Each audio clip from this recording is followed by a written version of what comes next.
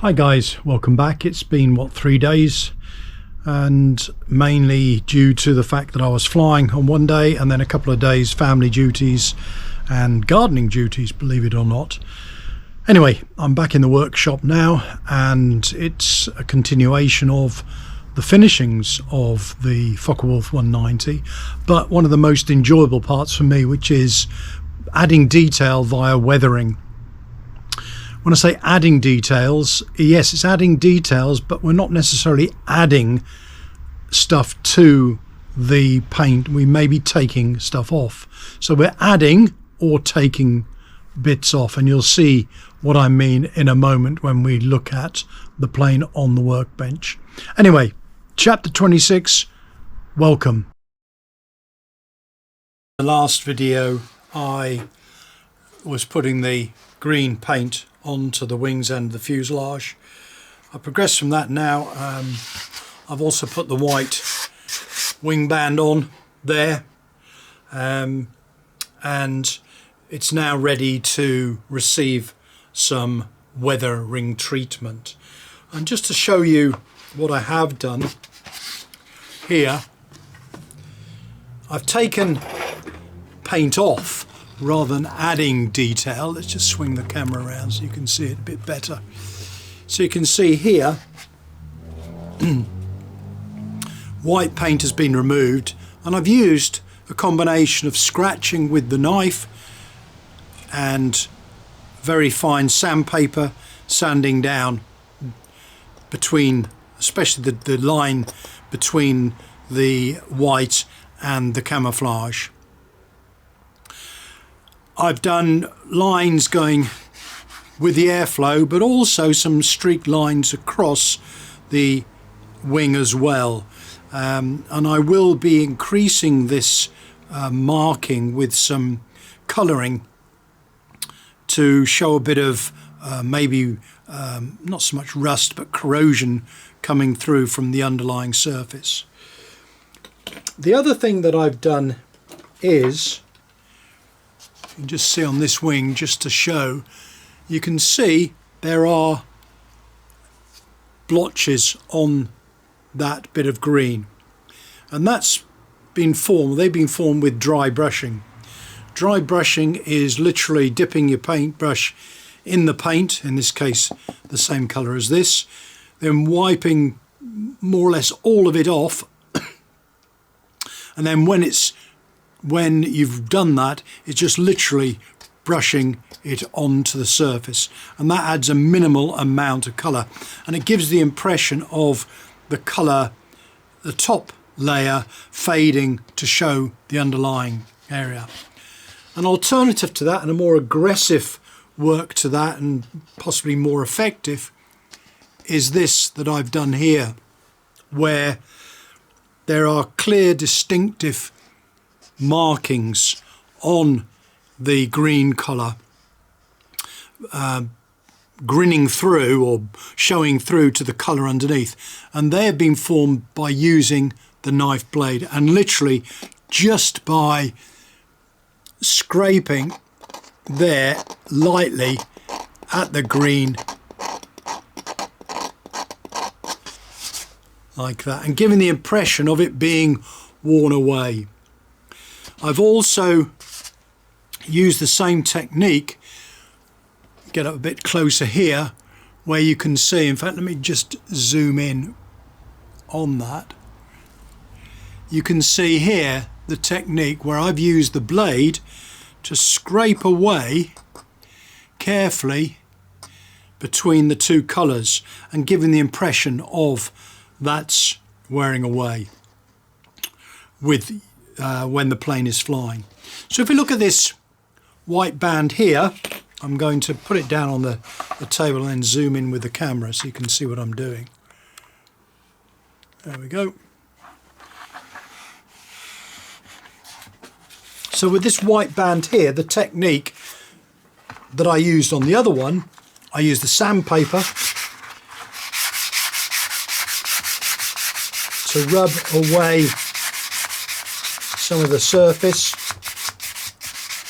So I'm putting more pressure in some areas than other areas. and certainly where the two lines intersect between the green here and the white,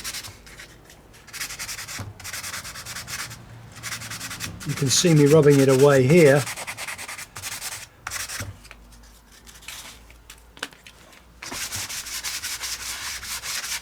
And again, you can see this gives the impression of it wearing away as the plane flies in the particularly aggressive air that it would have done with sand and everything around.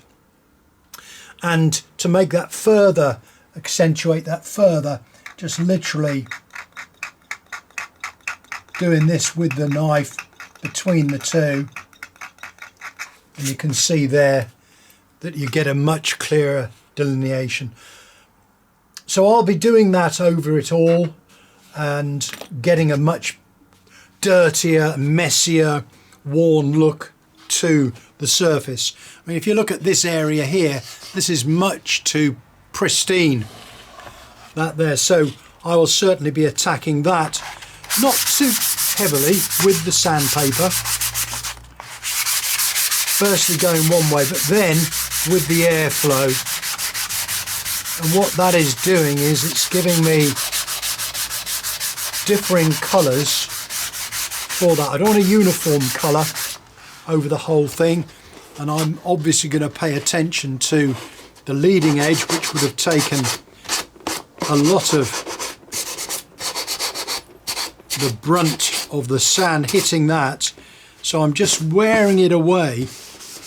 I'm actually going to put some silver on that later to give it a much better effect. And again, on here I'll be using the knife and just literally just scraping some of that colour away from the surface there.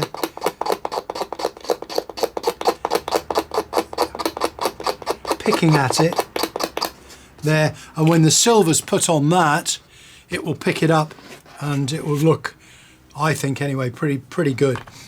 On this, going back to the main colour here, you can actually just go in to certain areas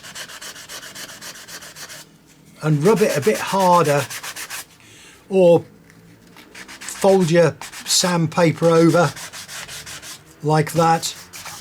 And again, what you're seeing there is you can see these patches here where it's wearing away. And again, that breaks up this one colour that was the original colour. It just breaks it up a bit. Yeah, obviously I'm going to have my Luftwaffe crosses going on here, which I've got to form yet, but you get the general idea. And the same applies to the fuselage. So let's just zoom back out. So I've applied the green to the fuselage, but again, you can see where, and I've got the white band there, you can see where there in particular where I've done quite a bit of weathering on that white band. Nowhere near finished yet, but you can see round the, let's just turn that round,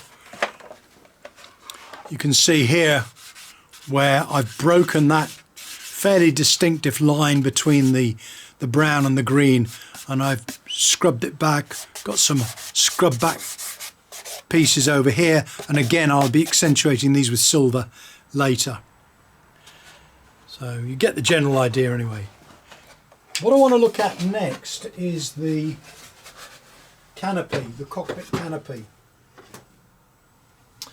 If you look at the previous video, you'll see that I've applied the silver foil, oops, it's come a bit undone there, to the canopy in preparation for painting, mainly because if I rub the painting back in the same way that I've done on the wing and fuselage, I can expose some of this silver underneath, which will look pretty good. But before I do that, I need to mask off this area here, because before I paint this, I need to in effect etch that with the sandpaper like this. And obviously what I don't want to do is I don't want to go on to the clear cockpit canopy with the sandpaper and make a mess of that. So I just want to sand that down. So in order for me to do that, I'm going to have to do that for painting anyway. I'm going to mask all this area in. Right, I've finished putting the masking tape over the glass areas, just leaving the framework exposed, so that I can now lightly abrade the aluminium foil without any fear of scratching the canopy itself.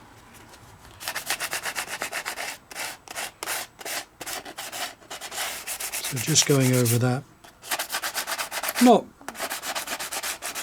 overly heavily, obviously. You want to put massive gouges into it. It's just a question of keying it so that the paint does adhere to that, the base coat paint, that is.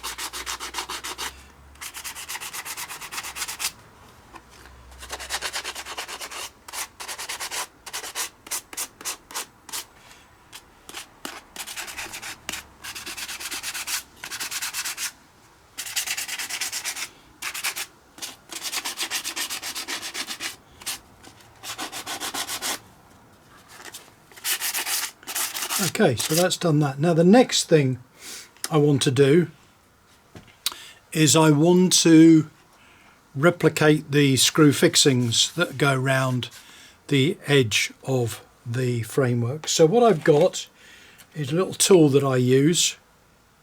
It is actually the shaft of a I don't know, a watch repair tool there,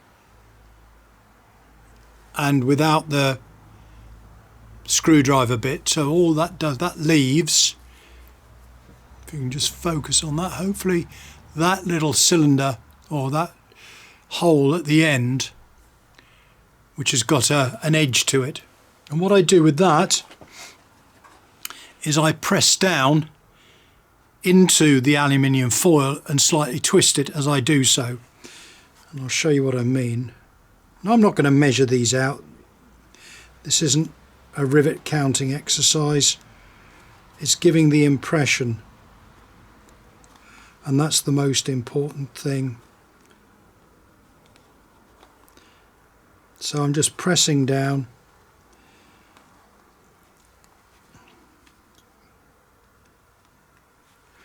and twisting it.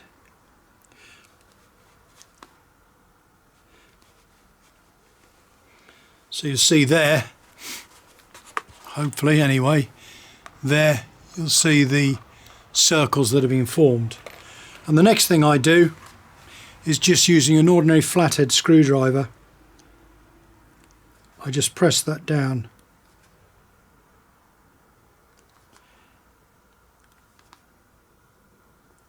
Hopefully in the middle. Notice I've got one out of line there, but hey, what the hell.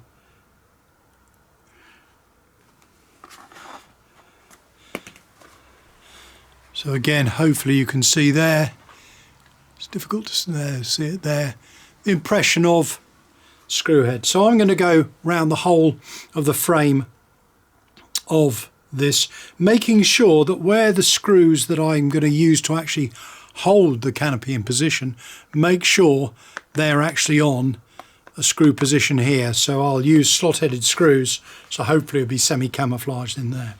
So let me get on with that. I'm not sure if you can see the effect. I'll just keep turning it into the light. There, and the same, obviously, with the other side. So that's now going to get a coat of, an undercoat, sorry, a grey undercoat on that, before I then apply the top coat, which obviously will be matching where it sits on the fuselage. So On with the grey.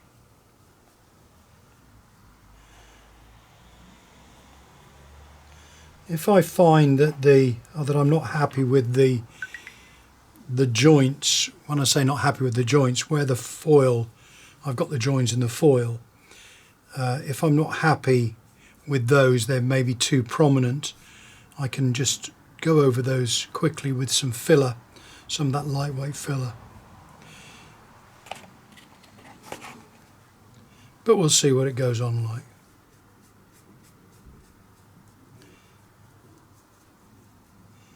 You may think, oh, all of those details are now being hidden. All those little screw heads are being hidden. Well, they are, but hopefully when it's dry they will show up. I mean, I don't want them to be overly prominent. Goodness me, they weren't on the full size. Yes, you could see them, but they weren't overly prominent. So I'm not putting too much paint on here. It's not going to be a real thick coating of paint, and that's going to help, of course, with the detail showing through.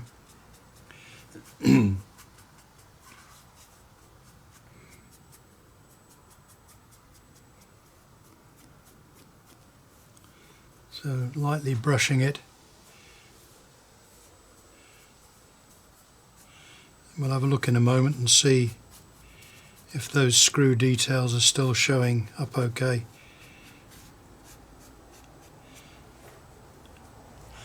Already I can see where I've forgotten to put some in, but never mind.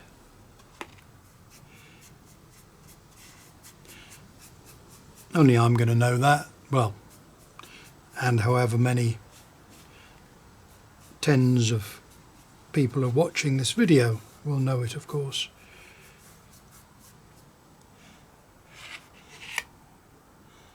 Right, let's just hold that there without getting my fingers coated.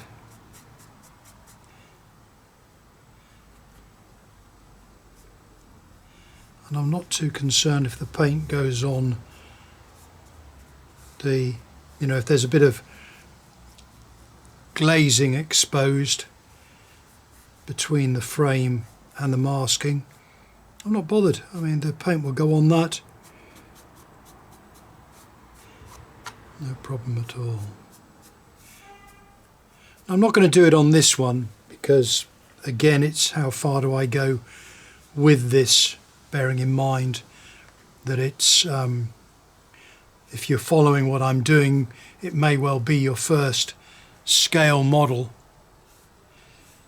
So what I would do is I would put paint along here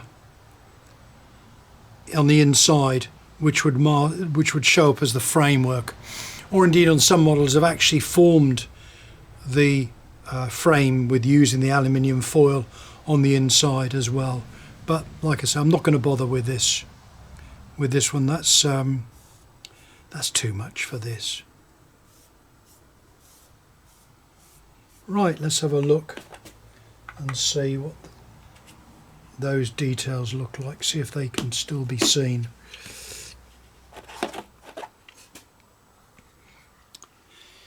Again, I'll just hold it and into the light, spin it round, and there I think you can see there they are showing through. And by the time I've done some weathering, they will be exposed, some of them anyway, a little bit more, but generally speaking that's good. I'm pleased with that.